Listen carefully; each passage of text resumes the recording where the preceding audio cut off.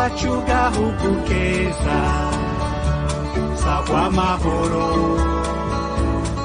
bawe abana bawe bose wavyaye utekanirwe.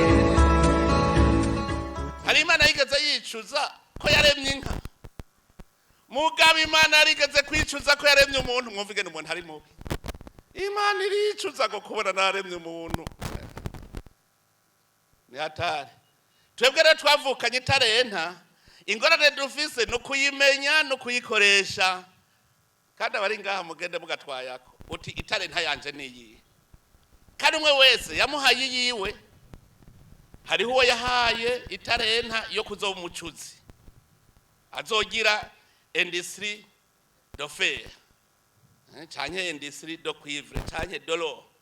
Hariho uwundi yahaye itarenta yo kuzorima agatungira mu burimyi. Uwundi muhaye itarenta yo kuzobumba. Twese nta numwe atagira itarenta. Nimuce mwiyumvirire umwe wese aca baza umutima we ati je mfise itarenta iyi. Muze murabe muzohava mwihenda ngo mfise itarenta ngo yo kuzoba musitanteri. Iyo si itarenta. Oya. Ngo je mfise itarenta yo kuzoba mwarimu. Oya. Mwarimu abafise ubuhinga giraje kwigisha. Umwarimu atagira ikintu yigisha. Utegereza kuba ufise ikintu wigisha.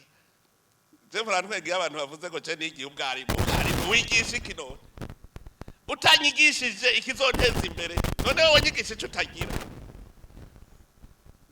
Nta wigira ubwarimu, uba ufise ubuhinga ugiye kwigisha. Nta numwe atagira itarenta rero. Habasigaye kuyikoresha. Radio